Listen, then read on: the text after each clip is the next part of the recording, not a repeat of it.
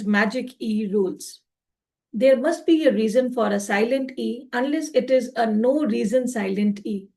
कहा जाता है कि यदि किसी शब्द के अंत में ई है तो वो मैजिक ई या साइलेंट ई का काम करेगा कुछ रूल्स के तहत, और यदि नहीं तो हम कहेंगे it is a no reason silent ई।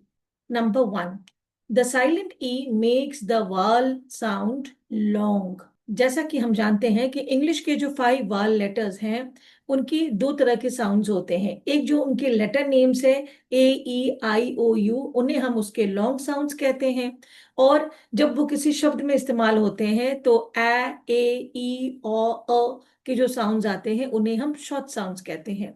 तो जब भी किसी 4 अक्षर वाले शब्द में आप अंतिम में ई को पाते हैं तो वो ई होता है मैजिक ई या साइलेंट ई, क्योंकि वो ए या जो भी उसके पहले की वाल है उसके साउंड को शॉर्ट से लॉन्ग कर देता है। Example, cape, line and cake. आपने तीनों में देखा कैसे ए और आई का जो उच्चारण है वो शॉर्ट की जगह लॉन्ग हो रहा है, यानी कि उसके लेटर नेम के हिसाब से हो रहा है। उसी प्रकार से अगर आप दोनों साउंड्स के डिफरेंस को क्लियरली बताना चाहो तो सी ए पी में जहां ए का उच्चारण ए होता है कैप, वही ई के लगते ही उसका उच्चारण हो जाता है केप। शॉर्ट ए बन जाता है long A. Number 2, words may not end in V, so add a silent E। ये कहा जाता है कि इंग्लिश के जो ओरिजिन वाले वर्ड्स हैं उनके अगर अंतिम में वी है तो उसमें एक ई लगा दिया जाता है। दैट मीन्स वी में एंड नहीं होकर इट विल एंड विथ ई। लेकिन इसमें हम जो वाल्स को देख रहे हैं जैसे गिव एंड लिव, इसमें जो वाल्स हैं वो शॉर्ट वाल्स हैं, आई का उच्चारण ई हो रहा है।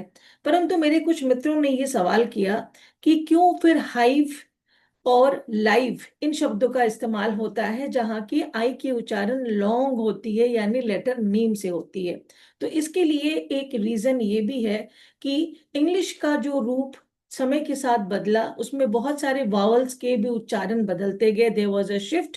तो कहा जाता है कि मिडिल इंग्लिश में जो हाइव शब्द है उसकी जो आई साउंड है वो आई में परिवर्तित हो गई, लेकिन गिव और लिव जैसे शब्दों का जो परिवर्तन है वो साउंड्स का नहीं हो पाया। So we still have the short sound of I in words like give and live, but we still hear the long sound of vowels in words like hive, dive, strive and so on. तो ये long Waals पे जो असर था इसे हम great vowel shift भी कहते हैं। लेकिन अभी भी गिव और लिव कुछ ऐसे वर्ड्स हैं, एक्सेप्शंस हैं, जिनमें शॉर्ट वावल साउंड्स का ही इस्तेमाल किया जाता है। Next, the silent E makes the E say like in dance, यानी कि सी के बाद यदि ई आ जाए तो सी का उच्चारण सॉफ्ट होता है and that is like in dance, chance and lance. Rule 4, the silent E makes the G say ch। Just like C, अभी हमने कहा कि सी के साथ जब ई आता है उसी प्रकार से जी के दो साउंड होते हैं ग एंड ज, लेकिन जब भी जी के बाद में ई आ जाता है तो हम उसके उच्चारण को सॉफ्ट साउंड्स में करते हैं एंड दैट इज ज। सो वी से लार्ज, गराज और surge. Number 5, the word apple has 2 syllables, apple, and as we know that each syllable must have a vowel। इसीलिए एप्पल में ई का उच्चारण न होने के बाद भी वहां पे साइलेंट ई या मैजिक ई उस वावल का काम करता है जो किसी भी सिलेबल में आवश्यक होता है। And so we write a double P L E and not just P L. Rule 6, when S is not doubled after 2 vowels or a consonant, add a silent E।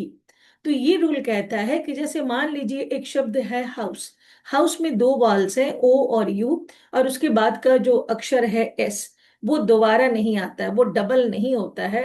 तब उस स्थिति में हम एस के बाद एक साइलेंट ई या magic ई जोड़ देते हैं। अदर एग्जाम्पल में भी loose, mouse and so on.